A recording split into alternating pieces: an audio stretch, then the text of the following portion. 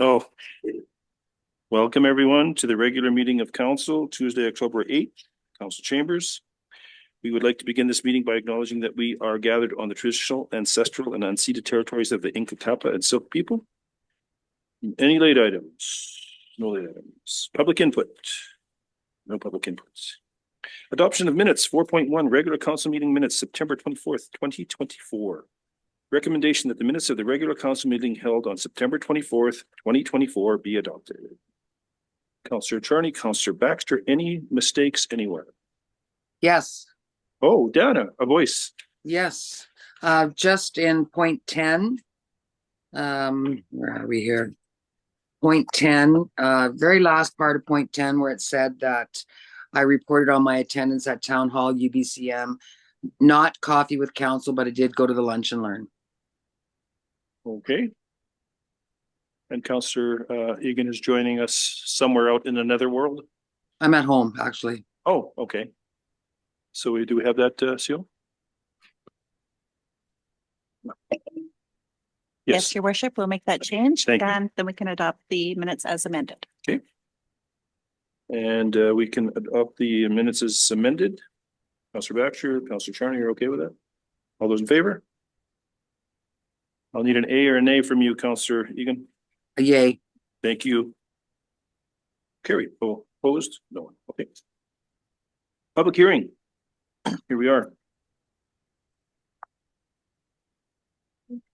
Good evening and welcome to the October 2024 public hearing. The purpose of this public hearing is to receive input from the community and staff on the proposed bylaw as outlined in the notice of public hearing. The public hearing is being convened pursuant to section 464 of the Local Government Act. The following rules are applicable to this public hearing. 1, the council will use the established speakers list. At the end of the speakers list, the chair may call on speakers from the audience. 2, each speaker will have 5 minutes to address council for a first time and should begin remarks to council by stating their name. 3, after everyone who wishes to speak has spoken once, speakers will then be allowed 1 additional 5-minute presentation. 4 or 5, an additional presentation will only be allowed at the discretion of the chair. Please do not repeat information from your previous presentations. Ensure your comments remain focused on the bylaw under consideration this evening. If a written submission has been provided, there is no need to read it as it will have already been seen by council.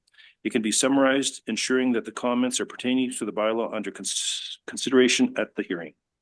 All members of the audience are asked to be respectful of one another as diverse opinions are expressed. Council wishes to hear everyone's view in an open and impartial forum.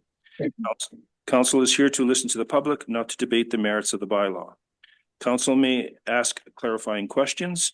The corporate officer has a binder containing documents and submissions related to the bylaw, which council has received, which members of the public are welcome to review. Everyone at the hearing will be provided an opportunity to speak if necessary. The hearing will continue on a second night. At the conclusion of the public input, council may request further information from staff, which may or may not require an extension of the hearing, or council may close the hearing, after which council should not receive further new information from the public, and that the public is being streamed live over the internet and recorded in accordance with the Freedom of Information and Protection and Privacy Act. So there we go. So moving into the opening of the bylaw. Clerk, I need the clerk to introduce the bylaw. You are up. Thank you, Your Worship. This public hearing this evening is for 2 bylaws. The Official Community Plan Amendment Bylaw 2375/2024, which proposes to amend the OCB land use designation for the subject property from future development to industrial, and Zoning Amendment Bylaw 2376/2024, which proposes to amend the zoning for the subject property from future development to M1 light industrial. And with that, Your Worship, I'll turn it back to you. Thank you very much. Presentation by staff. Mr. Jenny, please. Thank you, Worship. For the OCP Amendment Bylaw 2375 and Zoning Amendment Bylaw 2376/2024, the applicant is proposing to amend the land use designation from future development to industrial, and as well as proposing rezoning from future development to M1 light industrial. The applicant has only applied for the OCP and zoning amendment, and the proposed use isn't determined yet. So staff has gone through referral process as well, and we haven't received any significant concerns from internal and external agencies. So with this, I would like to conclude my presentation and then advise council to proceed further regarding the third reading and final adoption. Thank you. Thank you. Representation from the public. Anyone from the public? Anyone? Going once. Alex, just stand up and say something. Call for a second time. Anything from the public? From anyone online? Call for a third time. Seeing or hearing nothing, we'll move on to questions from council. Any questions from council on this that we have not covered? Councillor Etchart. The only question that I had was, we had been questioned about a mobile home park development, but I thought that was on the Nielsen property. Is this for a different project that we know so far? Like, from what I understand, we don't have a development permit, but we're just preparing this so that these can be leased. Is that right? So as the CEO explained to us last time, when we make a move on this, we cannot guarantee what's actually going to go on there. What you've heard is a proposed, but we're just CAO, do you want to take that over again? Actually, I'm going to pass it to Mr. Janet. Mr. Janet, please. Thank you, Bishop. As currently we have received only OCP and zoning amendment application. I think this subject property is civically addressed as 1129 Midday Valley Road. So it's in Middlesbrough. So we don't know what will be the proposed use that will be decided later by the applicant or developer when we receive an application for either subdivision or develop permit. So yeah, at this point, only the application for rezoning and OCP amendment has been submitted. Because once it's rezoned, then they can apply for the development if they want to subdivide it for small lots for commercial use. It's light industrial, right? Correct. Yeah. Once this property has been rezoned as light industrial, then they can decide and plan accordingly based on the uses are supported in the light industrial zoning. I just wanted to make sure I didn't mix this up with the other one on Nielsen. Okay, thank you. And then that would come back to us, Mr. Janet, at some point when they have made a final decision, I'm assuming. We will receive an application for either subdivision or development permit. So in some cases it requires council approvals, but most of the time it requires an approval from staff regarding the development permit. So I'm not sure it will. We can update council about the proposed use, but I don't think so. It will come to the council for approval. Thank you. Councillor Charney. I just wondered if there were any environmental concerns. Nothing was listed, but I'm just wondering, are we A-okay to put it to light industrial? So light industrial is how the adjacent properties are zoned. So it's in line with the zoning that's there already. So we have no concerns about, for any other reasons, to not, nothing stands out to not rezone it. Thank you. Any other questions? Can I just add something? Yes, Dana, please, or Councillor Egan, go ahead, please. Yes, thank you. I just wanted to mention that as with the Nielsen property, they would have to perform any environmental impact studies and, soil, all the rest of it. So I think that's already understood. Thank you. Anything else?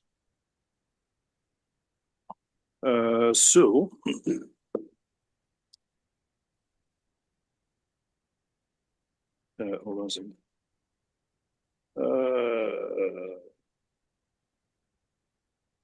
So we will go with resolution, if the public interest is closed, that October 8th, public hearing regarding bylaw 2375 and 2376 is closed. And that official community plan amendment bylaw 2375 and 2024 and zoning amendment bylaw number 2376, 2024 are returned to council for further consideration. I need a mover on that. Councillor Petrosi, Councillor Etchart. Any other questions? All in favor? Opposed? Yay. Thank you. Done. 6, general matters, delegations and recognition, BC Transit presentation. I'll read the recommendation afterwards. So I'm assuming we have someone on Zoom. Yes, Your Worship. I will hand it to whoever needs to take it, and we can't see you, but we can hear you. Thank you. Oh, Elise. Yeah, hi.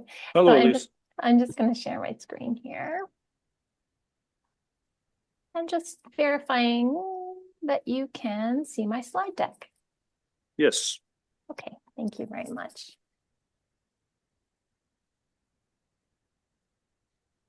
And the floor is yours. Thank you.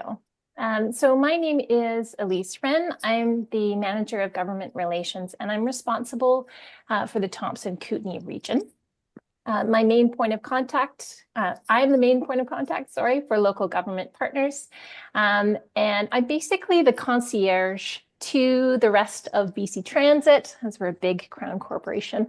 So I put the staff at the City of Merritt in touch with whoever they need to at BC Transit. I'm supported by a team of subject matter experts. So I am by all means not an expert in anything, but I am across everything. And I put you in touch with who you need to speak with for your transit system. My job is to monitor and communicate transit system performance to the City of Merritt, and then also to identify risks. So reputational risks to BC Transit, to its leadership, and then also reputational risk to the City of Merritt as well.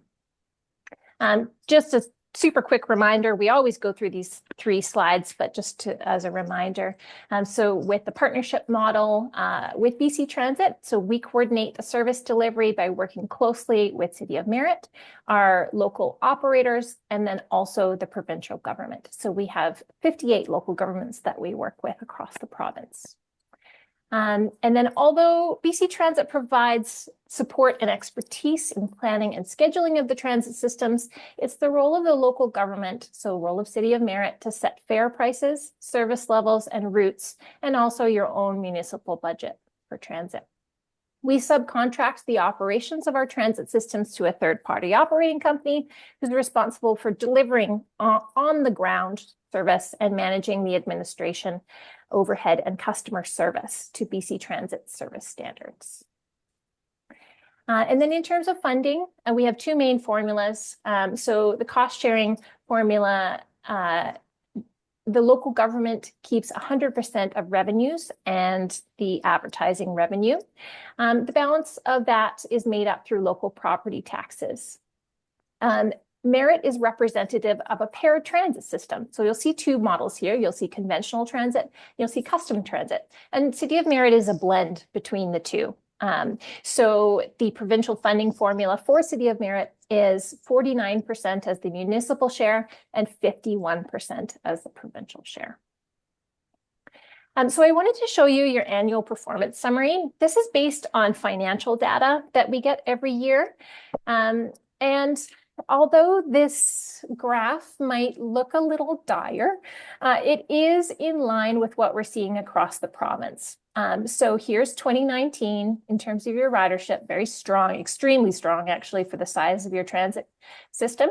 A sharp decline in 2019, and then a build back up. So we're seeing Merritt's transit build back up to pre-pandemic levels. You're not there yet, but you are moving in that direction. The ridership was 65,000 in 23-24, up from 59,000 in 22-23. So no concerns there, and we'll keep building as we move away from that pandemic. And the reason why I'm here in front of you today. So we're talking about the proposed operational changes that I brought to staff in May that caused some concern. So I'm here today to talk through it with council to answer any questions that you might have remaining out of those conversations. So BC Transit has been grouping operational contracts based on regions for over a decade. What's important to note is that Thompson-Nicola region is actually the last region in the province to go through this process of grouping operations. The purpose of it is to maximize the long-term value for transit for local government partners and taxpayers, and to enhance efficiencies and effectiveness. The goal of grouping them together is a long-term strategy of sustainability with a goal to improve safety, reliability, customer service, and efficiency for our riders. There are quite a few benefits to grouping the operating services that we've seen over the last decade. The benefits of this contracting strategy include improvements to management oversight, consistent standards in training and service delivery, use of the combined operator resources to support multiple transit systems and maintenance and oversight of only one fleet. And also BC Transit's operating standards have changed over the last 2 years, especially. We now have higher expectations of our operating partners under a new transit management service agreement that meets the demands of the ever increasing transit industry standards for safety. Increased technology also in our transit operations, including, but not limited to the Next Ride software, means that the complexity of daily operations has increased on the buses greatly. We require this technology to have near perfect uptime for our operators, operations teams, and our customers, and for the technology to accurately report all of the on-road information and performance that our riders expect. A centralized oversight and full-time staff is key to meeting these expectations. So part of this request for proposal is the process, is communicating these changes that have happened over the last couple of years in increased operational and technological standards, and making sure that our operating partners can adhere to them. Where financial investment is required, it's done to meet these objectives. So here's what happened over the summer. So in May of this year, I met individually with staff from each Kamloops, Merritt, Ashcroft, and Clearwater to inform that BC Transit plans to group these operating contracts for each of these communities and go through the request for proposal process in the fall of 2024. This presentation was met immediately with concerns from our local government partners. In June, the mayors met with Minister Fleming to share concerns, and in July, they sent a letter to Minister Fleming outlining their concerns. In July, BC Transit deferred the RFP to late 2025 to allow for more comprehensive discussion with our funding partners. In July, I gave a presentation to the Thompson-Nicola Regional District Board, which includes mayors of Clearwater, Ashcroft, and Merritt, where concerns were discussed.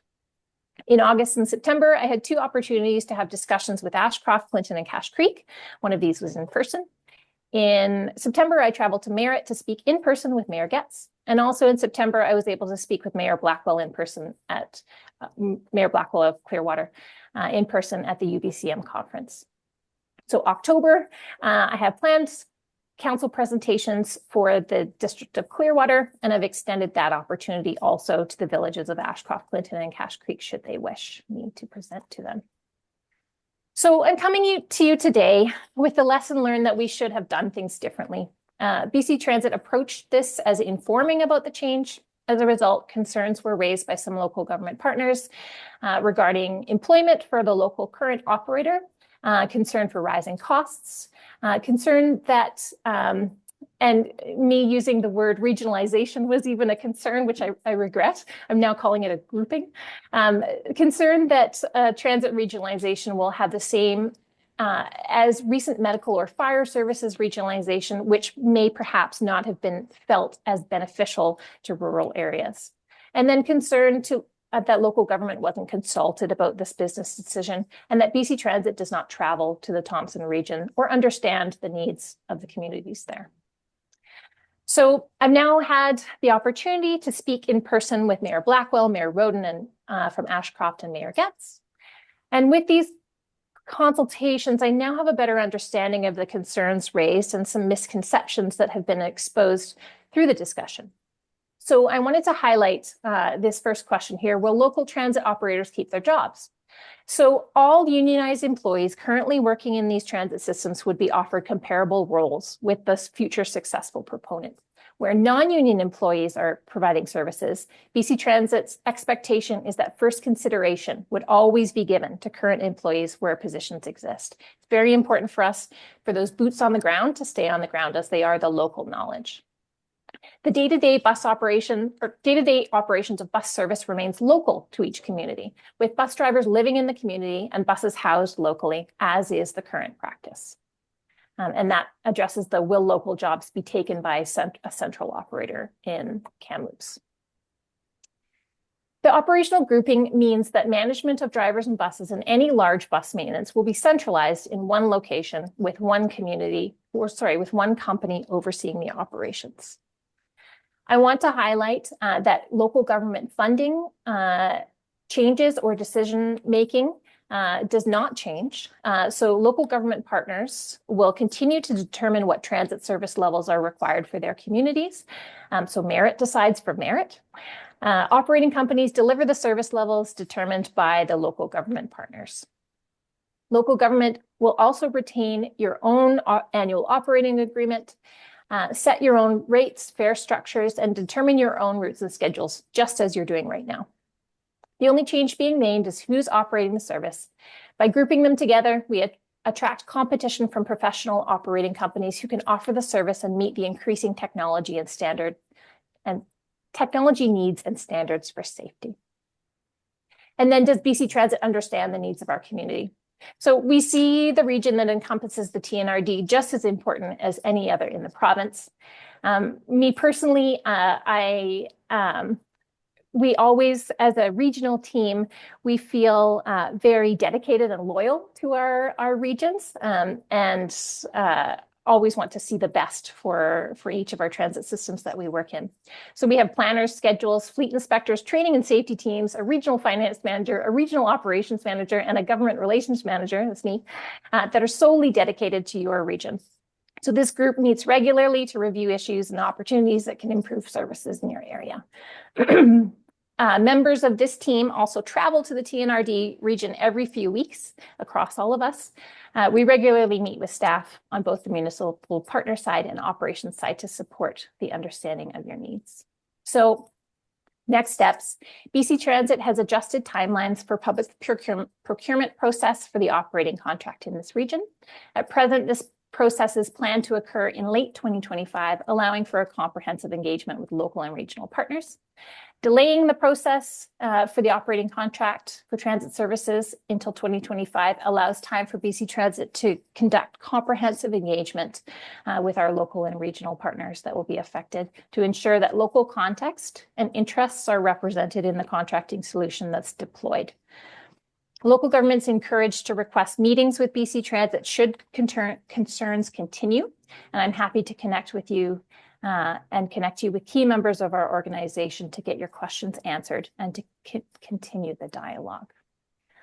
So that's it for my presentation, but I will open it up to questions. I do have Mr. Grant Brills with me. He is the manager of contracted operations for any questions that are more contract related.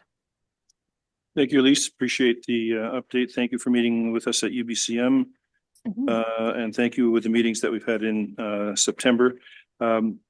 Very happy that we have decided to move a little slower on this. I think it's granted and needed. Transit is very important here, and we take it quite seriously. It's really been embraced here by the community, and we'd like to keep it that way. So I myself have no questions because you pretty much answered all of them over the last 2 months. So Council, anyone have a question for Elise on anything that's in front of you? Councillor Ogan. Thank you so much, Elise. My question is, how will BC Transit ensure that the proposed grouping of operating contracts by giving meets the unique needs of smaller communities such as Merit, giving concerns about the regionalization? Through the chair, I just want to make sure I understand your question properly. So how will we meet your community's needs? Right. So when we talk about this change, it's happening, and we are the last community that it will be implemented. So my concern is that Merit needs may be different from other communities, such as smaller communities as Merit. So I want to make sure that they had been considered all these potential needs that small communities as Merit may have. Yeah, so thank you. So there's two things here. You do have that regional team that's dedicated just to Merit at BC Transit. We live in Victoria, but we travel to you quite often. So we're a scheduler and planner and regional operations manager and myself and fleet, and there's a bunch on this team that are dedicated solely to Merit. So on the BC Transit side, and that doesn't change. Doesn't matter who your operating company is, that will never change, that you have people here at BC Transit dedicated to you and have been planning your transit service for years.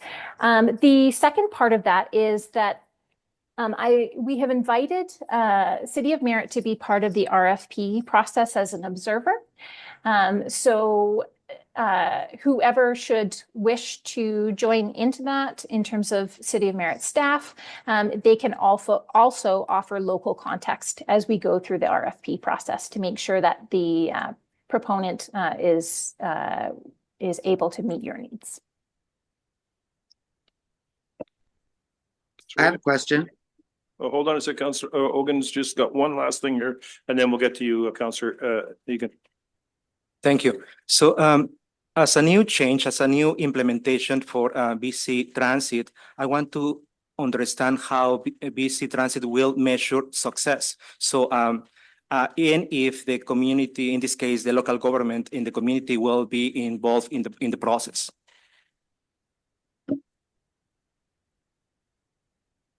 Through the chair, just understanding your question. So involved in the process beyond the RFP process, or? My question is about this is a change, and we don't know what the outcome is going to be. We are hoping for the best, but I want to understand what type of metrics BC Transit will be implementing, and if the local government as well as the community members will be involved in this process to determine that this is a successful change for BC Transit.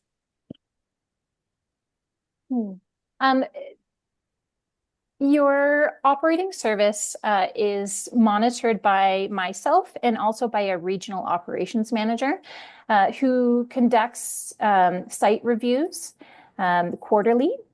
So that involves coming to Merritt, and it involves constant communication with the operating company to ensure that the operating company meets the standards of BC Transit. So that's on the operational side. On the local government side, I meet with staff often to ensure that they are happy with the service that's being provided in their community. We can also measure that through customer service responses that we get online every day as well. So there's a few different metrics that we can use. I'm wondering if Mr. Grant Brills has anything to add in terms of RFP process there. Yeah, I think what's important is the way our RFP is structured is that no one community is more important than another. So Merritt would be as important as Kamloops or as Clearwater as far as the services that are delivered. Certainly, we now have the ability to monitor the system through our Next Ride system, so we can see at a glance what is happening. We have very clear key performance indicators that we expect the operating company to be able to achieve ongoing, and we monitor that with regular conversations with them as far as if anything is out of alignment, how they're going to bring that back into alignment. So there's multiple processes. Our fleet program as well monitors the health of the vehicles and ensures that the maintenance keeps the vehicles in safe, reliable condition, so that there's limited times where vehicles are not available to provide service. So it's really about just that comprehensive assurance that we're providing the same service in every community across BC. Thank you, Councillor Egan. Yeah, thank you. I'm just looking at the shared services model. It's on page 4, and I want to know how you arrived at Merritt, our municipal share being 49% and the 51 cent is provincial. When I look at the next page, when you say that our ridership went down, and it's in 2019, and now it's 2024, and we're still not up to where we were in 2019. How are we going to, if we have to rely on fares to come up with part of that 49% of our share, how are we going to do that? Through the chair, my apologies, because it is the election writ period. I'm not allowed to comment on provincial portions, but I would love to have a conversation with you offline about that, and I'm happy to do that through our staff members at City of Merritt. In terms of fair revenues, I am having staff level conversations exactly the same as you have raised as we look at the budget over the next 3 years, and discussing strategies for that. So I will let staff share that with you, but please know that we both BC Transit and City of Merritt are looking at that. Thank you very much. Yes. Councillor Charney. I have a couple questions. I'd like to go back to the misconceptions clarified. Will local transit operators keep their jobs? So we have 2 ladies that are working in the office. Now, these jobs, I assume, will not be in Merritt? Am I correct on that? Mr. Grant Brills, if you don't mind for this one. So it's very difficult to say. So we would put out the RFP, which asks any proponent to provide us a solution. And that solution may include, need for the current employees to be, moved to another location. It's very difficult to say what plan they would offer as part of their solution through the RFP process. So it's difficult to say what may be the end result. And secondly, right now our transit is run by a nonprofit society. So I assume that that society would be dissolved. They would no longer be necessary. I can't speak for what they would choose to do beyond the end of their contract life. They may choose to do something else as a society, but if they're, as I understand, the mission is solely to provide transit service, that is likely to go away then. Okay, so we definitely don't have any clarification on job security for some of the personnel that we have right now. That's basically what you're saying. No job security. They said union people, yes, Wendy. But not in Merritt. So yes, for all the unionized staff, so those are the driving staff, they are all part of a collective agreement. As part of the Labor Relations Code successor rights, they are in effect guaranteed positions if they choose to stay with a new operating company, and the collective agreement that they have signed follows them into any new contract. So all of those pieces stay the same. It's only non-union positions that may be affected, and that would be only if there isn't a need for those types of positions. So the is she union? Do you know?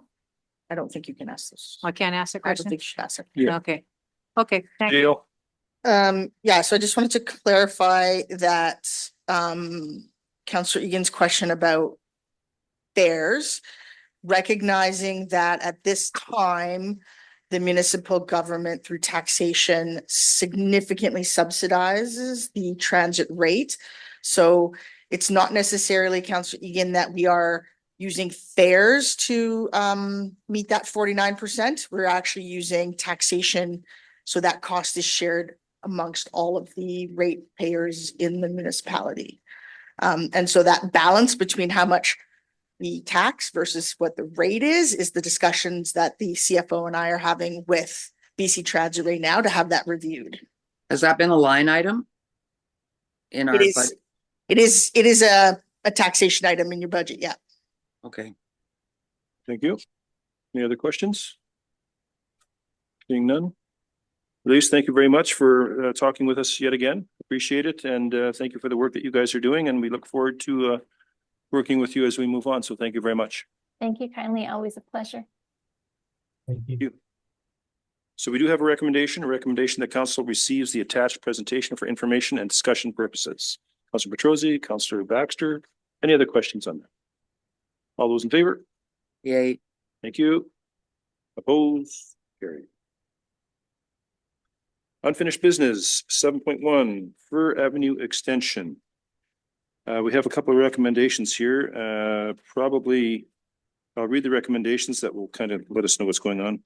One of the recommendations is that council direct administration to suspend work on this project and place a note on the land file indicating that the conditions of the original 1982 permission to allow driveway to be placed and maintained by the resident at 1301 Fir Avenue to be continued until such a time as the undeveloped roadway is developed to the applicable municipal standard.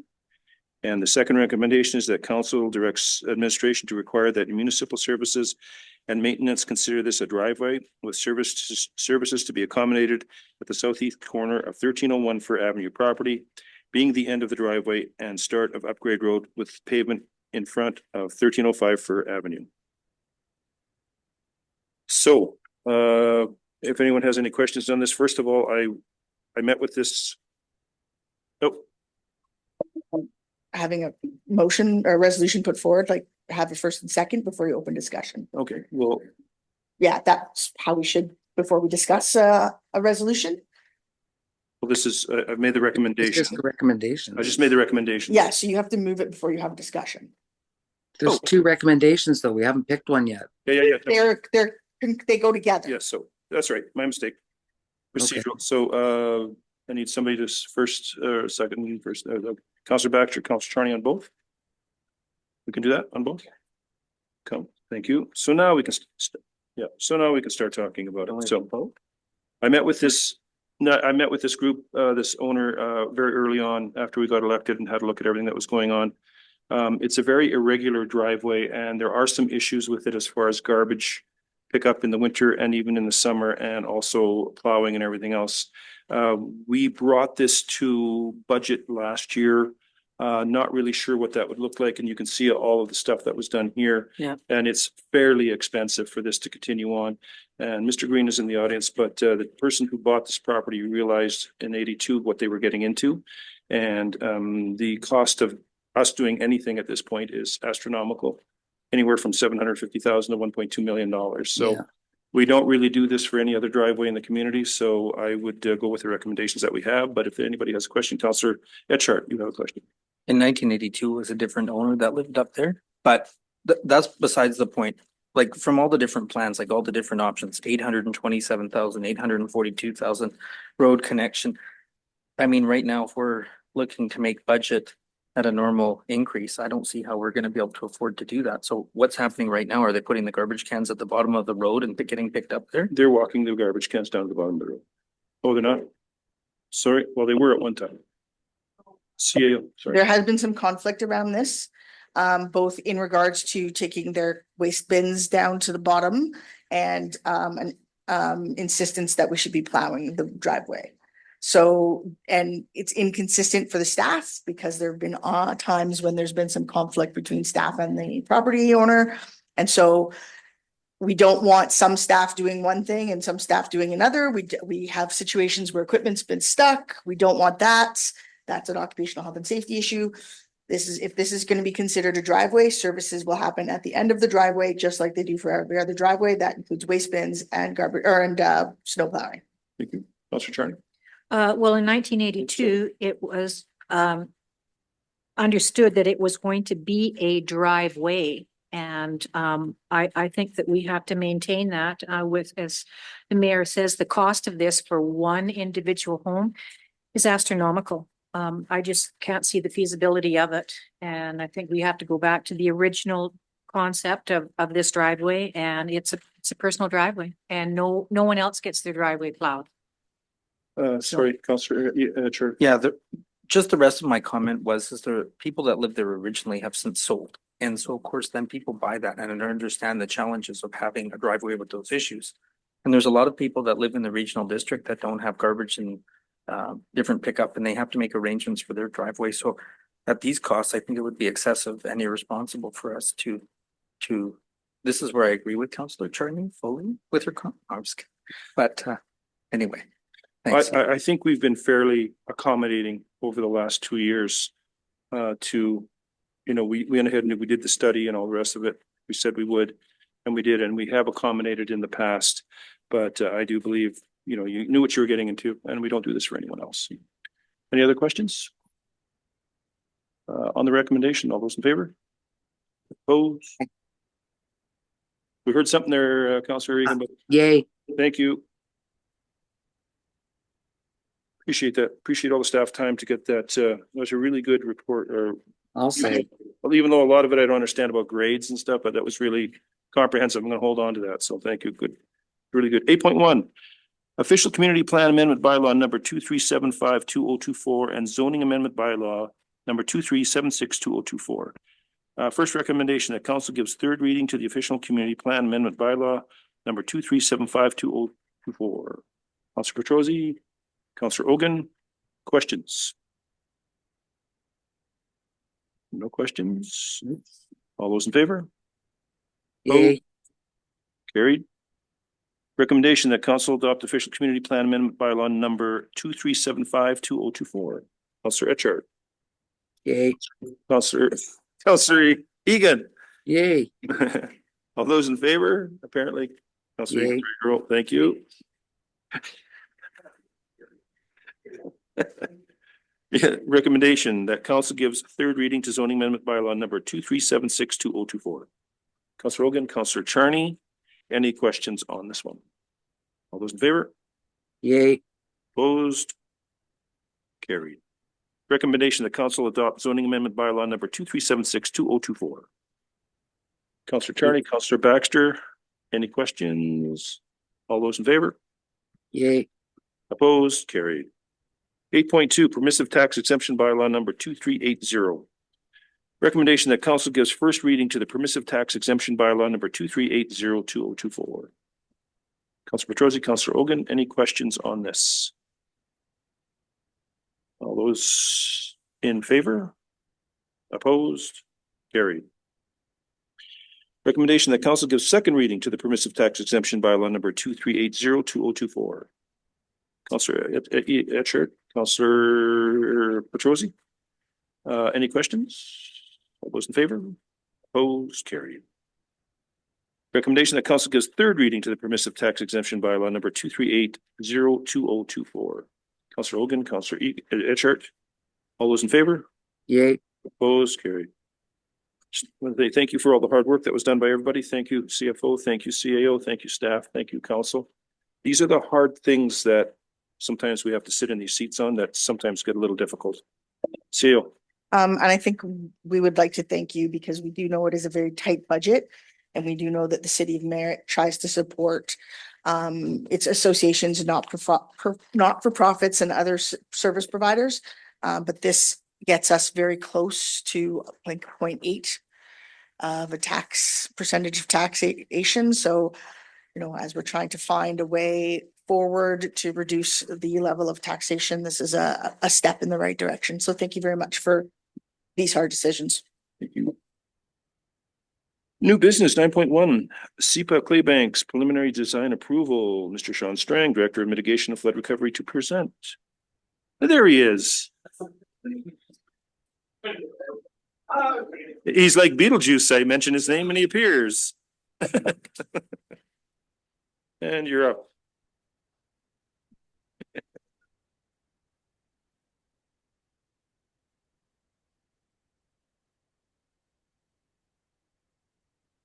Hey, top four of Piles Rock. SEPA Claybanks. So referring to the council report, bring up, actually I know it off by heart anyway. New diking section. So I will give a bit of a reminder. 2022 flood mitigation plan has about 130 to 150 million dollars projects. There's no particular funding source for a single execution of all of that. So the directive has been at this point from the province and from city council. We try and parcel these out into smaller projects for which we can find grant funding. This particular one was provided on an approved grant from UBCM under the Disaster Risk Resilience Stream on a $2 million grant. The SEPA Claybanks project corridor is from the new bridge that is opening in like a month, which I'm super excited about. You will see an announcement on that we're having a big hoorah that everyone is excited about and invited to. what do we do upstream of that? This project answers the first part of that. So from the bridge to Garcia Street, this particular section of diking is the answer to how do we protect the new Claybanks RV Park, which is just renovated after the flood from floodwaters that are expected in the future. So we went right from the beginning with an options analysis rather than a single recommendation from the engineer, with an options analysis around what could we do in this area in order to protect it from future floodwaters. Learned some good lessons from other diking sections that have happened within the city in terms of permitting, regulatory requirements, and proximity to the river. And so the engineer of record on this particular project is Stantec. They have submitted 3 recommendations. One is for an earthen berm, and an earthen berm is exactly what it sounds. It's dirt shielded by riprap on the outside. On the far side, Garcia side, I should say, of the project corridor, that's where the options come into play. We have the ability to save some of the RV park sites by shrinking the land side, or as we call the dry side, of that project corridor. So in a normal lake, you build a pile of rock, you can't build it straight up. It comes down, usually at a slope of about 2.5 to 1. On the wet side, the river side, that interface is pretty set. On the dry side, there's a couple of things that we can do with this particular project portfolio or this particular project area, and that is lock blocks, which is option 3, or sheet piling, which is option 2. And sheet piling is basically literally a sheet of metal. So you pound a sheet of metal in, and that's your diking section, and that's your project corridor. Lock blocks are the kind of like very large concrete Lego blocks that you see. What that basically does, concrete Lego blocks or lock blocks give us the ability to not have that 2.5 to 1 taper, and so allow us to retain at least a couple of the RV sites. That is the option that we are putting forward as a recommendation to council. That is not necessarily the recommendation that council is going to give to us. So we presented 3 options. They're all fairly similar in price. Keep in mind, we have about a $2 million window for this particular project. All 3 options are very close to that $2 million window, give or take. Sheet piling is probably at 2.5 million, a little bit out of that. So we would have to find another 500,000 out of some other financial source. It's not a recommended option anyway. Sheet piling is very expensive. Where you see sheet piling used in diking structure is where it's butting up against buildings that you don't want to demolish, or very expensive infrastructure that you want to save or salvage, and where a meter is the choice between demolishing a building and not demolishing a building. So we're not recommending sheet piling because of that, because we don't have that interface in that particular area. However, option 1 being the earthen berm diking at 1.9 million, that 2.5 to 1 slope will eliminate at least a couple RV sites. And when we're talking about eliminating RV sites, we're talking about eliminating perpetual revenue. And so for the city, of course, this particular line is summer only sites. There are some winter sites as well. These are summer only sites. And so we try to strike a balance between environmentally responsible dike building and revenue responsible dike building, as to not unduly affect future revenues within the city while still proposing what we feel will be a permittable dike. We may come back in a year and have a different conversation on what is permittable, but at the current time within our department, we feel like option 3 is going to be a permittable dike. The permitting authorities of the province of BC, through Walrus, Water Land Resource Stewardship, they require us to file for a permit anytime that we're in riparian area, any kind of close river corridor. They have an entire permitting process. And then federally, we have Department of Fisheries that also require a permit for the exact same area. So there's definitely a balance to be struck here. Both regulators would significantly prefer a complete, what we call a setback dike. And a setback dike is put a big pile of dirt way back from the river, and if the water erodes that much, then there's a structure for it to go against. Perhaps that works in some In some areas where it's a farmer's field or where there's a significant amount of land that you're not displacing buildings, displacing revenue generating assets, we've included that as an option 4. I don't think we've actually called it out as an option 4, but a setback dike, significantly more expensive. But the bigger part of a setback dike is that it displaces the majority of the Claybanks RV park. We have been requested by both regulating authorities to at least do some preliminary engineering on that particular option to rule it out. And so we have done that. I should say, I'm not an engineer. Stantec has done that. People much smarter than me and have come to the recognition that that would displace 295,000 per year in city revenues from the Claybanks RV Park if we were to do a full setback dike. We are not recommending that option. That is the only option that the regulators have said that they would automatically approve. Any other option than that, our department will have a directive to go and obtain the proper permitting for a dike that is closer to the water. We feel like this is option 3 is a really good balance between the two, i.e. a dike that allows the city to retain a revenue generating asset and allows Walrus and DFO to retain significant riparian area and will be a permittable project. I think that's about it. Option 3 we're recommending is 2.148 million. As I said, the revenue or the funding window for this is $2 million. We are looking at options for the $148,000. We have very good options for that, but in front of council tonight is not necessarily the approval to go with the entire project. It is the approval to go with the design of option 3. So conceptual design, 4 options, 1 probably non-tenable.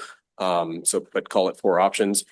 Council approves the flood and mitigation department to go ahead with the detailed design of option 3. That is only incurring the cost of the actual detailed design, at which point it will come back to council for discussion about what the final cost is going to be and where exactly what funding envelope that cost is going to come from. So thank you. Sheet pile. First Nations are dead set against sheet diking. Am I correct or am I wrong on that one? Sheet pile, I wouldn't necessarily categorize that as a broad statement. Sheet piling is a diking measure of last resort. And so First Nations, us as a flood mitigation team, engineers, and most residents, honestly, of Merritt would likely be against sheet pile diking as a general rule. And should be used, in my opinion, as a last resort. If you're building a dike and you need 1 additional meter or 2 additional meters, because otherwise you have to demolish a 4-story apartment, sheet pile diking is a reasonable economic and environmental choice in that particular point. For example, in Grand Forks, in the dike that they just finished building, that was permitted in 2021, they have a fairly extensive sheet pile wall, because without that sheet pile wall, they had to bulldoze 6 or 7 structures and fairly large residential structures. So it is something that can be put forward at certain points in time as a permanent diking structure. It is neither aesthetically pleasing nor environmentally responsible on a large basis. Thank you. We do have a recommendation. I'll read the recommendation. The recommendation that council authorize staff to proceed with the detailed design of the Claybanks dike option 3 from the Stantec summary report. I shall move.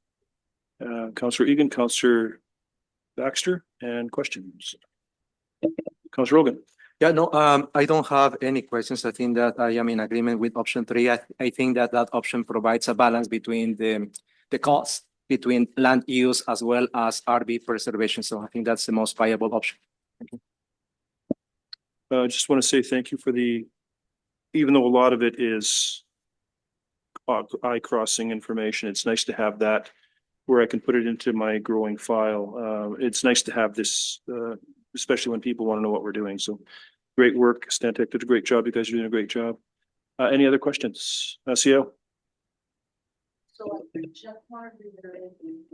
That yes, option 3 is our preferred option, recognizing, as the director has said, and for the community members who are watching or may watch in the future, we may be forced to do a setback dike. we know at this point, this is a hope for the best, fingers crossed situation, much like it was a little bit with the public works dike where all kinds of unexpected things came up. I have a question. Yes, Councillor Egan. I was just wondering when I was reading through all of this, you talked about different things that might happen at the end of Garcia Street. How does this look for Garcia Street then? Thank you, Councillor, through the mayor.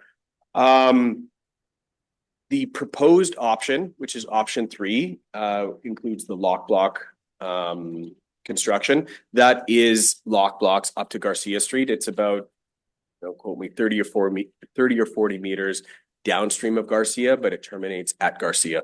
What that allows us to do is take up a lesser amount of room on Garcia, where we have had some concerns from the fire department in terms of turning radius, Right. in terms of where the next alignment is. And there's a very, very open question within our own department and within the province of whether there is desire and money to buy out private properties.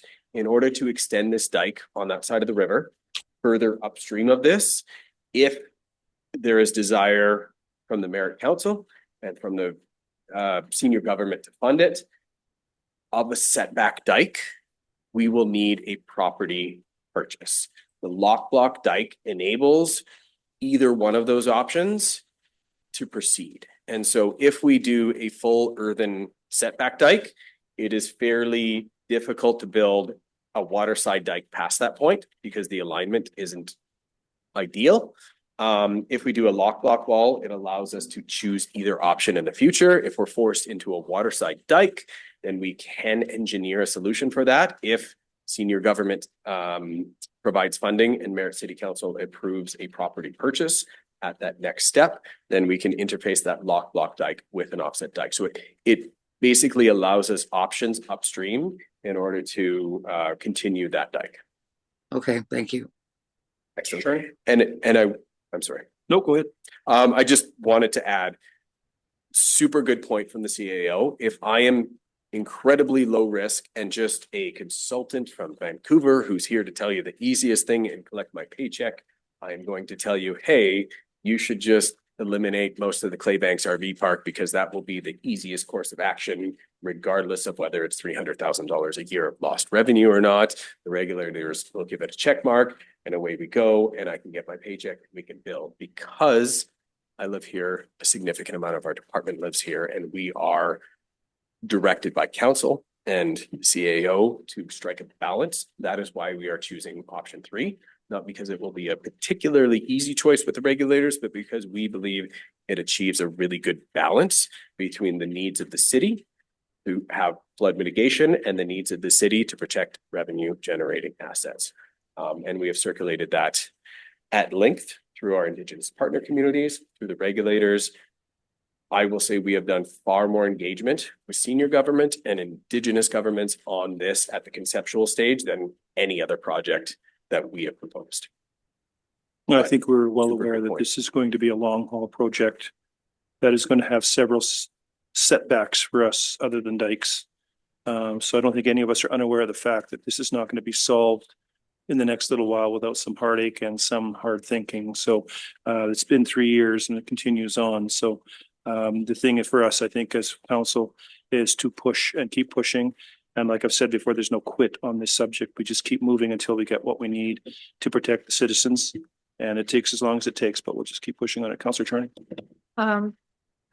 You answered a lot of my questions there because I was just wondering after CAO said, you know, we could be forced to do a setback dike. I just don't understand how that could be foisted upon a community, understanding that the setback dike is going to take personal property and the loss of our RV park. You know, if a lock block retaining wall berm is just as efficient as a setback dike, then you know why I don't understand why they just wouldn't say, yeah, go ahead and do it. I don't understand why we even are worried about it. In any particular decision, there's many perspectives on a particular decision. So there's some people in a room who, the economics of the decision is the only thing that matters. It doesn't matter how many trees we pull up, how many trees we cut down, how many fish that are killed. The cheapest thing is the best thing. There are some perspectives in a room where the only thing that matters is the cumulative effects on a river, i.e. if 2,000 people get flooded out and the community gets evacuated, that doesn't matter to them. And so where we find ourselves, Councillor Charney through the mayor, is that we have to balance those perspectives in what we recommend to council. And so when I'm recommending a particular project, my expertise is, I believe, given the proper council directive, that we can get the permitting for option 3 across the line. Foisted upon is probably a bit of a misnomer. Nobody from the province is going to come to the city of Merritt and say, you must build a setback dike. What they could say is that we reject your application for a very partial waterside dike and you get no dike. And so we as the city of Merritt are the proponents of that particular project. We are putting the project forward. They have the ability to deny that project. They don't have the ability, the authority, or the funding, honestly, to push projects upon us. So you'll find nobody from Walrus or DFO that is going to come to us and say, this is the best option, which actually would in some ways be particularly, or be easier, right? Because then at least we have a preferred option. We design something, we fully engineer something, we send it to them and they approve or don't approve. A lot of the work behind this particular recommendation is informal conversation, engagement, and pre-engineering that our team has taken to the regulator and said, hey, once we come up with this full design, where is this going to end up within your regulatory environment? And so we believe that we can likely get option 3 forward. Weird things happen. If you choose option 4, I can guarantee you the dike gets built for $2.338 million and a decrease of $300,000 in municipal revenue. As a resident of Merritt, I don't believe that that is a particularly great option for the city of Merritt. And I believe that option 3 is a good balance between getting a dike built and retaining some municipal revenue. It does come with 12 RV sites being unavailable for use. Throughout the detailed design, we are going to examine some options as to whether we can return some of those sites at a smaller basis into perhaps a tenting site instead of a full RV site. Can't do that in conceptual engineering because we don't have final footprints. So 12 is not the be-all final number. Option 3 with a lock-the-lock wall is the option that we'd like to pursue and to look at mitigating beyond the 12 or above the 12, what amount of sites that we would be taking out of commission to build this dike. So we also have the option to move across the street because we have the extension over on the other side that we could probably look at developing, which is another thing. We also have the option, of course, to not build the dike entirely. Again, from a flood mitigation perspective, this is probably not great, but from the province's perspective, that is something that they see on a regular basis. And I don't think a lot of people in this room understand how valuable it is to have a mayor, to have a CEO, to have a council that is, I can't remember, Mr. Mayor, your word for it, but is unwavering in their support of getting flood mitigation built. This is hard. These are decisions that are difficult. These are decisions that cost money. And these are decisions that affect people in the community now in order to protect people in the community in the future. And that is really what this relies on. Some people just genuinely, I've been to 30 some flood communities at this point. Some people just give up. I'm not recommending that, but that is a viable option before council as well. One thing, we had our economic meeting last night, and one of the reports was that our visitation was down because of no laundromat and nowhere for people to camp. So RV park is very important that it's here because we did lose revenue in the community last year because we didn't have clay banks open. And the laundromat, believe it or not, was the other reason a lot of people left, is they had nowhere to do their clothes. So 2 things we need to work on, but the RV park is super important for us to have back in the community. Councillor Petrosi? Sean, thanks for all your hard work. How many sites are there actually? You're asking all of the hard questions, Councillor Petrosi, to Because the mayor. if we're to lose 12 No, there's sites, 56 or 8. 50, this is actually the expert. So to clarify roles and responsibilities, so Vaux Park Track, the flood mitigation department comes in, builds Vaux Park Track, that asset then gets returned to the city. And so the funding, the paperwork, the construction, et cetera, that is through the temporary flood and mitigation department, and then it gets returned as an asset to the city. The Claybanks RV Park is actually the same, although it was done through insurance. The flood and mitigation department through the insurance division is responsible for rebuilding that asset, and then it gets turned back to the city. So in terms of the actual specialty of running the park, particular suppliers, and actually the number of sites, this is your guy, but 56 is the number. thank you, 56 sites? Yeah, and then how many tenting, or is that included? Okay, thank you. Any other questions? Councillor Egan, any questions? No, I'm good, thanks. Thank you again, Sean. Appreciate it. So we do have a recommendation in front of you. Should I read it again? Is everybody aware of the recommendation? No, I so move. I think it's already been seconded and moved, I think. Yes. it Okay. has. All those in favor? Opposed? Yay. Carried. Thank you. Thank you for the continuing work, Director Strang. I appreciate it. 9.2, oh, the fun one. City of Merritt mascot submissions. So we have some recommendations there. And probably, well, I guess won't do the first one because, well, let's just talk about it. We'll skip this one and do it. So we have 3 designs in front of us. And you know what? It was great to see the community involvement. I really like the school ones, the little kid ones. I'd like to have those, like those goofy mountains and everything with that giant goat standing on the top, whatever. I think it's awesome. But we're down to 3 really neat ones, and appreciate the input from the community. I've kind of made my mind up on one, but I was wondering what everybody would like to see on this one. Now, I have to be honest, the fish one is awesome, but Kamloops already has the trout already for their mascot, so I think we might have some confusion there, but that's just me. It's whatever you guys would like to see. So I'll open it up to what council.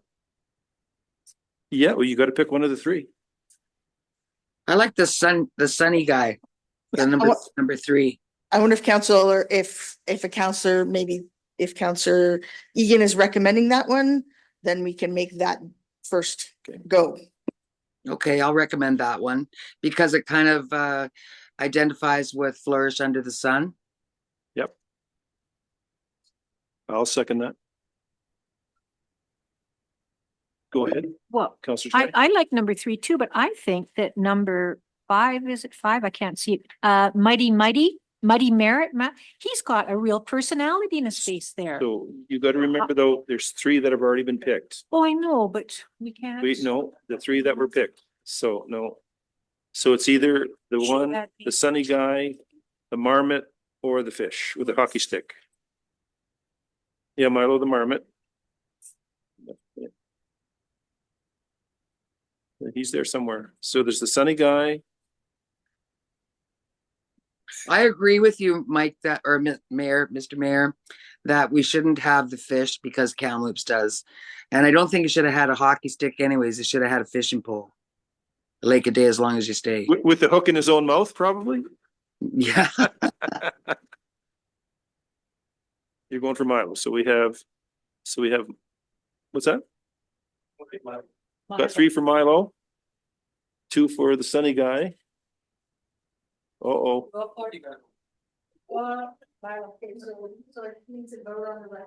Yes. So recommendation is that council selects Milo the marmot. Oh, we have a recommendation for Sunny. So I council, think the only people that would want the marmot are the people on the golf course because he's such a rascal. yeah, the cemetery. So we do have one where we have the sunny guy. So council, all those in favor of the sunny guy? He's got to have a better name though. Councillor Egan, are you supporting the sunny guy or what? I do, yeah. I brought him Okay. up. Opposed? Oh. Fail. Denied. Need a recommendation on the next one. Councillor Hogan. So recommendation is that council selects Milo the Marmot as the mascot for the city of Merritt. I haven't even called for the vote yet. I need a mover, please. Councillor Petrosi, Councillor Etchart. Any questions on this horrible choice? I'm kidding. Well, I was going for Sunny Guy. What can I tell you? No, you know what?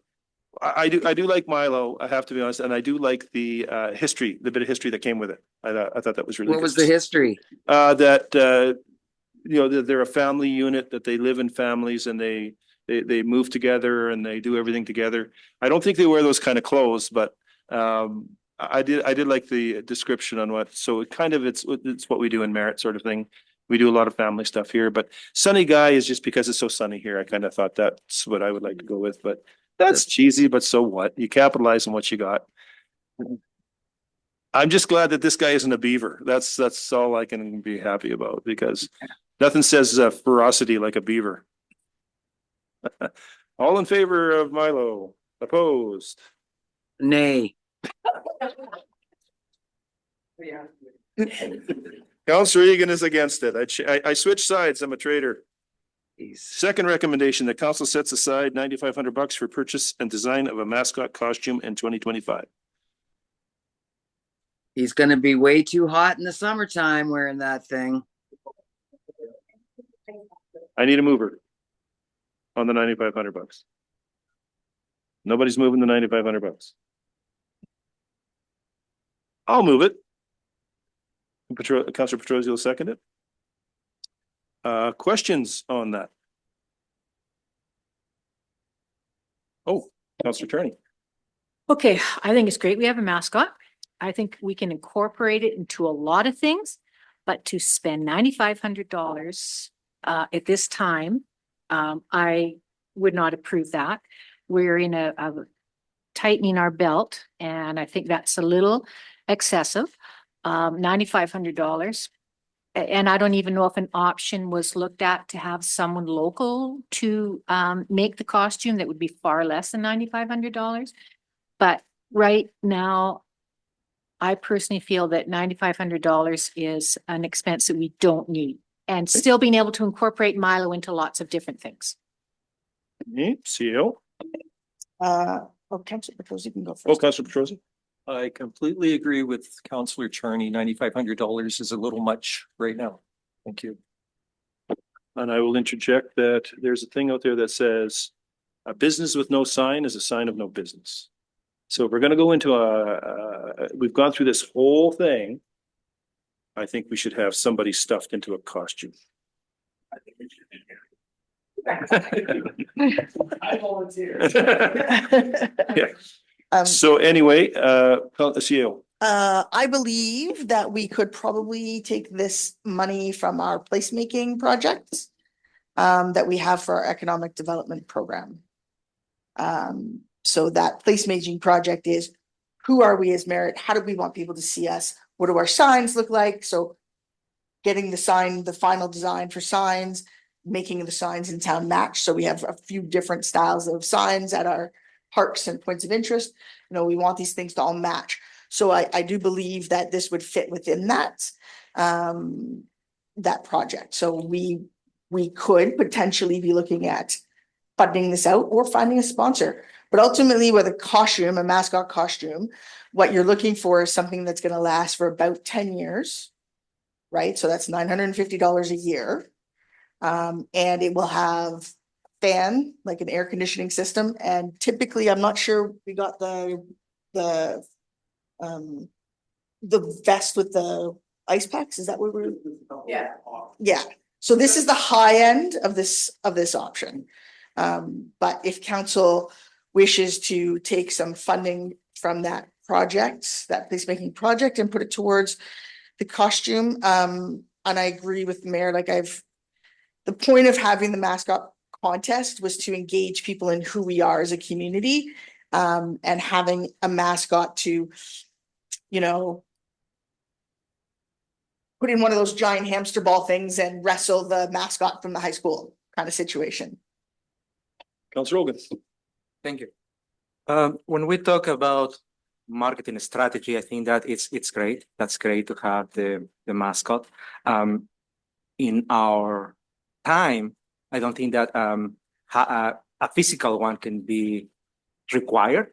I feel like if we create a digital design, it is going to meet the requirements. So I'm not opposed of the mascot costumes. I think that it's needed, but again, so the cost allocated between 4,500 to 9,500, that's a lot. Thank you. Counselor Baxter. So what you're saying is we could use funding that we already have in other areas, so this will not cost our taxpayers any more money to do this? What I will do is confirm with the funder, but I believe this will be much like the placemaking, right? And whether or not we're gonna get signage updated, I think they will. This fits that economic development thing. And I agree with what Councillor Ogan said, Mr. Mayor, around the digital part, right? Like, the idea is that kids don't want a t-shirt with the flourish under the sun. They want a t-shirt with Milo the Marmot on it, right? They want a toque with Milo the Marmot on it. They want socks. They don't necessarily want the flourishing sun. So having a marketing strategy that goes with putting it on our swag, putting it on our website. I just don't want them to have anything to do with the cemetery. You know, on the side there, a sign with Marlo the Marmot, cemetery this way. Counselor Etcher. Well, I think I just was concerned with the amount of money. Yep. Like anybody else, but I mean, if there is an income stream that comes from the active department or wherever we can find it without cutting into the budget, fine. But I don't know where you would get a costume like this even made. Well, they make them all over the place. Excuse me, how are you gonna make it one size fits all? You're not. Well, Dana will fit you for it and you will love it when you wear it. I'm not gonna wear it. I trust you will do a good job wearing it. CEO. This is a whole industry around these costumes and they're made for an average size. So we're not gonna put a 6'7" person in it and we're not gonna put a 4'5" person in it. I've been in the mascot costumes. I've had, you know, young staff who are 6 feet tall in the mascot costumes. It's a little bit more awkward if you're short. You get a little bunchy in the legs usually, but it's meant to work for a range of people to wear the costume. Usually it's your recreation center staff that are under the age of 18, because that's what we pay them for. Sean's begging to get into that costume. So, Counselor Etchart, are you done there? No, it's done. I just think that some people actually would have fun wearing the costume because we used to have Measure him. different. I've done worse before. I worked for McDonald's in the 90s and had to wear hamburger costume and stuff like that. I feel embarrassed admitting this to you all now. Pre-YouTube, nobody ever knew. You didn't live here then, but I feel like I have to be honest and say I've worn them before and actually it can be fun and people really enjoy it. And I think if people ever admitted that there was counselor, well, it was Marmot. So I think we could have fun with it. And I think once we have it, it would be a lot of fun. And if we're gonna go broke having it, great. So once I wear it, Wendy's gonna want to do it. Manuel, everyone's gonna want to have their turn. So I'll come to you, Counselor Charney, here in a minute. Would council be more comfortable to set this over to find out a source of funding? Yes. Would that make everybody happy at this point in time? So I think that if you adjust the council direct staff to identify up to $9,500 for the purchase and design of the mascot costume in 2025, then we can bring that to you as part of the budget. Counselor Charney, are you okay with that? I agree with that, but I would also like to say, if we're going to do this, I want to have socks with Milo on it to take to UBCM and Silga. Boxer shorts. Yeah, but not everybody wears boxer shorts. Everybody wears socks. Not everybody. Well, most people, more. So we do have a recommendation that we move this to staff to find CEO is gonna write it all up. It's gonna look just great to find a suitable source of funding. All those in favor? Counselor Baxter, Counselor Charney.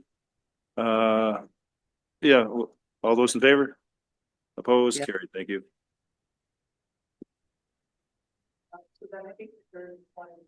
Yeah, we'll buy, it's covering the same thing. 9.3. 2024 International Transformation Conference.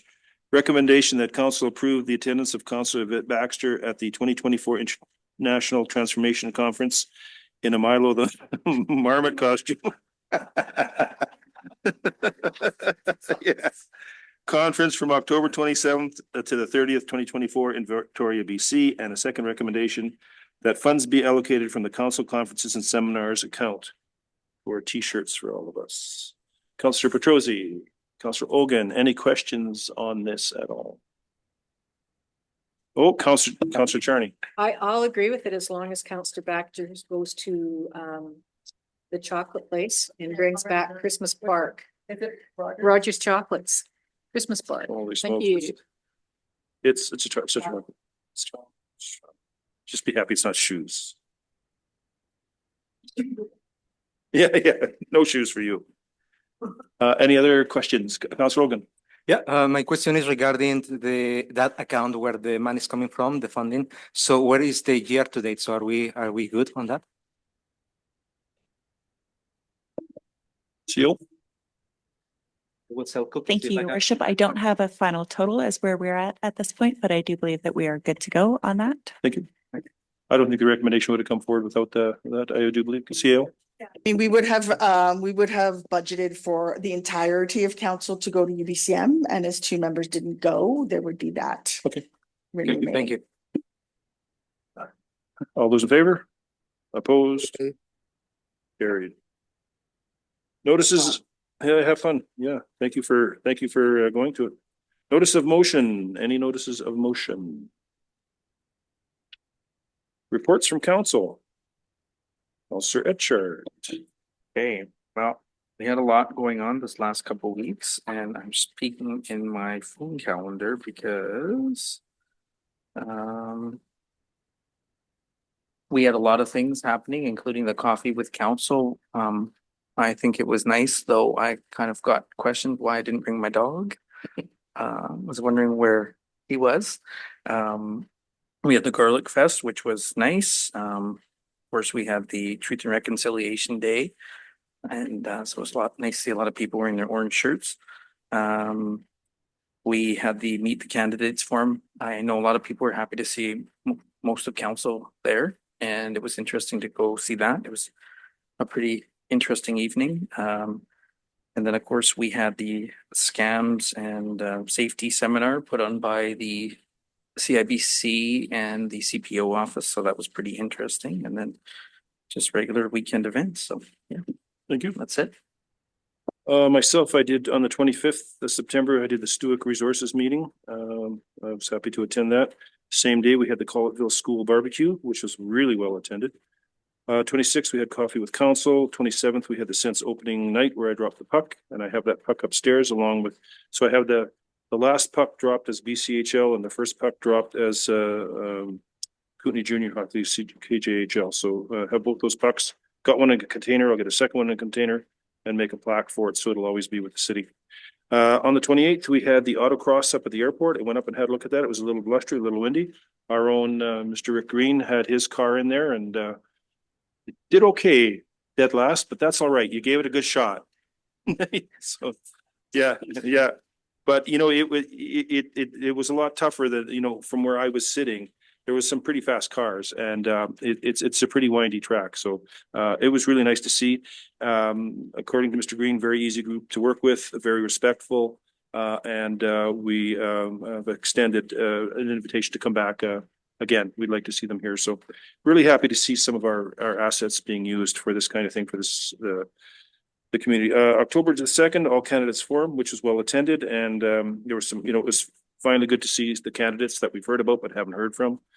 On the 3rd, I presented to CVRD, Kootenai Valley Regional District, on flood, how a community starts to bounce back from a flood and what we've gone through and where we're going, and some of the things that we have, like an emergency management coordinator and our ESS upgrades and all that kind of stuff. So very happy with that. Same day I met with Mr. John Rustad. We talked about certain things that are happening in the community and what we hope as a community to see change as change comes. On the 4th, I was at TNRD. Just want to really put a congratulations out to the mayor of Terrace, Sean Boutage.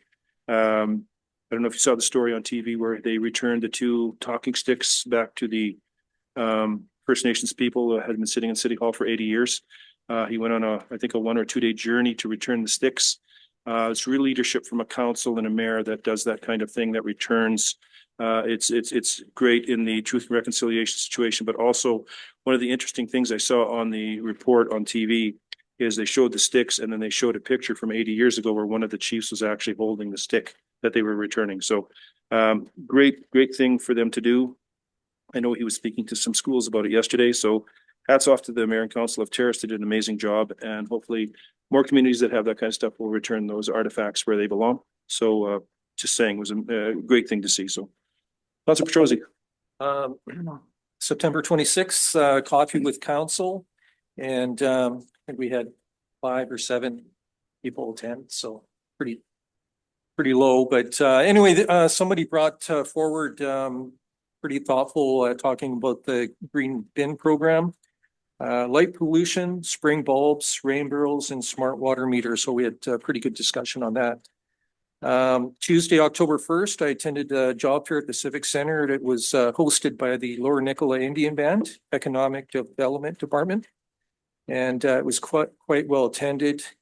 And it was showcasing both employment opportunities and ongoing projects within the community. Wednesday, October 2nd, the all candidates forum at the Country Music Hall of Fame, Conservative, NDP, and Green candidates were there. It was well attended. Met John Rustad for the first time up at the hospital with Tony Luck, and Mayor Getz and Councillor Charney were there, and somebody was in Emerge, one of the councillors. And later that night at the Civic Center, attended the SCAM presentation put on by the Community Policing Office and CIBC Bank employees. And let's see, Citizens on Patrol meeting at Cactus Annie's I attended. Approximately 20 people attended. They discussed the do's and don'ts and the reporting process as outlined by the Community Policing Office. And they've had pretty good attendance. Some of the nights they've been out to as many as 6 people. So, and that's ongoing. And they're working with the Marlene from the Community Policing Office. That's it. Councilor Charney. Well, I was away for a week, so I lost a lot of valuable time. Oh, we got But- so. Yeah, you got so. October 2nd, meet the candidates. It's very interesting to see the platform of the 3 different parties and hear what they had to say. October 3, went to the Age Friendly and Accessibility Committee meeting, and I think this group is going in the right direction for our community. Did I say our community? Our committee. And instead of meeting just every 3 or 4 times a year, right now we're going to ramp it up to once every month. Then later in the day, I went to the Knights Inn and then up to the hospital with John Rustad and Tony Luck for a little video promo. That was interesting. And then later that night, I went to the scams with Marlene Jones. It just amazes me how many different scams there are out there. And if these people would just put all of that time and effort into a real job, it'd be a lot better. October 5th, I then went to the fundraiser for Tony Luck at the Grand, had a great dinner and met with lots of people. And that's all I've done. Councilor Baxter. I went to coffee with council, had a good conversation with Mr. and Mrs. Bloom about their concerns in Collettville about the dust and the new construction out there. And then I went to both Centennials games. I worked in the concession, but I was still there. Councilor Rogan. So I had the opportunity to attend the Disability Month event at the local Works BC office. At that time, I also announced the new funding, the Pride Entrepreneurship Program, the provincial funding that Community Features British Columbia has received for people with that identify themselves within the A2S LGBTQIA+. And if people who wants to start business, they can come and reach out to us. I also attended the Collecteville barbecue, coffee with council, and meet the candidates forum. Thank you. Councillor Egan? Yes, thank you. I was fairly busy with work all last week, but I did manage to get out to the Garlic Fest. And I went to the meet the candidates, which I thought was very well attended and quite informative. We also had the dinner for Tony Luck on Saturday night, so I chatted with a lot of people there and heard their views, and it was very interesting to hear Harry Lally, the former MLA, introduce Tony Luck. It was very, very well done. And I would be there tonight, except I've got a bit of the flu, and tomorrow I have to go to Kelowna, so I'm hopefully back on the attendee trail starting on Thursday. Thank you. So just update, tomorrow we have the open house at Civic Center. Thursday we have the Stuix tour from 9 till 11. I believe it's 9 till 11. Friday, we have the ICS open house at 2040 Granite. I think that is from 11 till 2.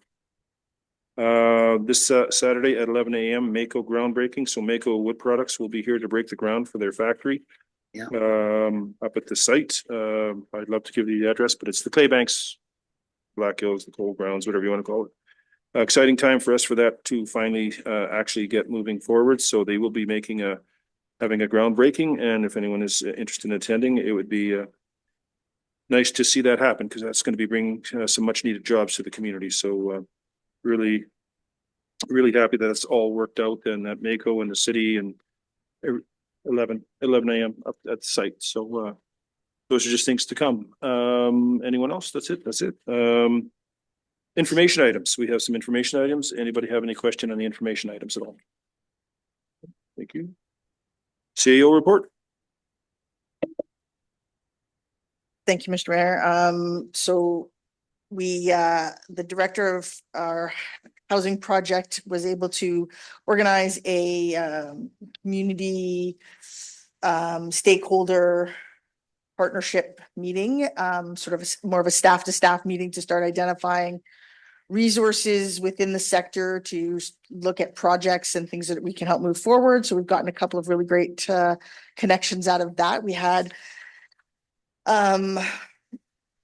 First Nations attend. We had one of the tribal council representatives attend. We've had Chwacum Health, Chwacum Child and Family Services, some ministry people that weren't allowed to commit to anything because it was the writ. So it was a really significant, I think there were 25 or 30 people in attendance. So we were really happy to see that. And we'll be doing a bit of a smaller group in November, a similar type meeting to start really looking at resources and where we can start working projects together to maximize resources to bring all types of housing to the community that at a rate that's affordable to or attainable to residents of all walks of life. We have, the open house. Thanks for stealing my thunder, Mr. Mayor. It's great. Super awesome. We have the team at Sean's team, Recovery Services, putting together a fantastic celebration for the opening of the bridge. It will be in a Saturday event. It will be open to everyone who wants to attend from the public. We're going to have some dignitaries. We're going to have some food. We're going to have some prizes for kids. We're going to have some swag, stickers, no Milo, because, we're trying to convince the chief that it's okay for the fire truck to be the first vehicle that goes across. It's an engineered bridge. It should be fine. So it'll be a really exciting event. So people in the community, please watch for that announcement. But we're really excited to celebrate this huge milestone in our recovery, the first major project completed as part of our actual recovery versus insurance work. So we're very excited about that. We have some staff that are going out, a couple of staff that are going with Councillor Baxter to the Intentional Transformation Conference. Some of us will be attending another conference around housing, because it is becoming a huge part of what we do every day. I don't think I go a day without talking about housing or encampments now. So, it is becoming a significant part of our role, that is being downloaded from the province and the federal government. Other than that, I think that we're just, again, ramping up budget stuff. I'm hoping to bring you a bit of a summary on where our capital projects for this year are sitting. What's going to be outstanding. We anticipate will be outstanding by the end of the year. We also had a meeting with someone from the Arts Council. Michelle came over and we talked about a couple of things. They had a couple of large paintings, murals that are unhoused. So they will be going up on the outside of our building, so that they can be enjoyed by the public, as well as we have talked about how we can do a giant mural in here with some sort of history connection to the community, as well as trying to find some funding to do a youth workshop around street art so that they can design something for the skate park to actually paint the skate park surface. So lots of projects around, as well as some talk about how to update Spirit Square and make Spirit Square a little bit more beautiful. So we've got a lot of projects with the Arts Council that we're talking about, and I think it's a great opportunity for us to increase our community art portfolio. Can I ask a question? CAO, I've heard some rumors around town that you've switched back to the 5-day work week.